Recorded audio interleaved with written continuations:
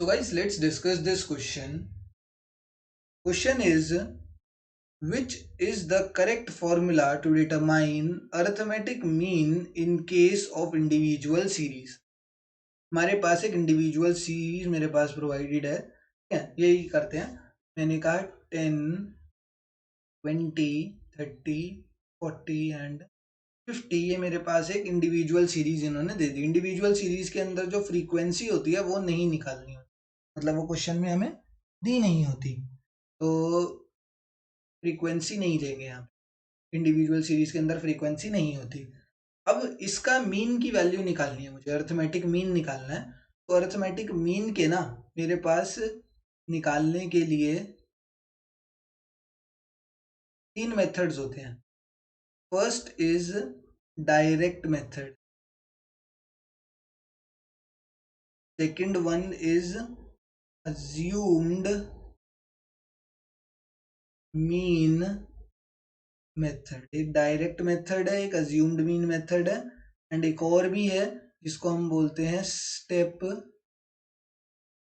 Deviation method. कितने methods हो गए? Step deviation method, assumed mean method और डायरेक्ट मेथड। ये 3 मेथड्स हैं हमारे पास to determine the value of mean. Direct method में क्या फॉर्मूला होता है कि हम मीन की वैल्यू निकाल सकते हैं by sigma x upon n. Sum of observations को सिग्मा बोलते हैं, नंबर ऑफ ऑब्जर्वेशंस को एन बोलते हैं। तो ये तो मुझे पता लग गया, ये जो फॉर्मूला यहाँ पे लिखा है ये तो सर डायरेक्ट मेथड का है, ठीक है। तो इससे मीन निकल जाएगा, तो सेकेंड वाला आंसर सही है। बट और भी चेक करते हैं। अज्यूम्ड मीन निकालने का क्या फॉर्मूला होता है? अज्यूम्ड मीन में होता है मीन का formula by calculating arithmetic mean by the assumed mean method is equals to a plus sigma d upon n। a plus sigma d upon n किसकी वैल्यू होती है? assumed mean की, मतलब assumed mean method से mean निकालने की। तो ये वाला भी मुझे पता लग गया कि सर ये तो assumed mean मेथड से भी मीन, मतलब ये भी सही मेथड है, इससे भी मीन आ जाएगा, इससे भी मीन आ जाएगा, दो अलग अलग मेथड से आ जाएगा।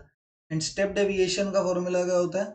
तो वो होता है a plus sigma d dash upon n into C.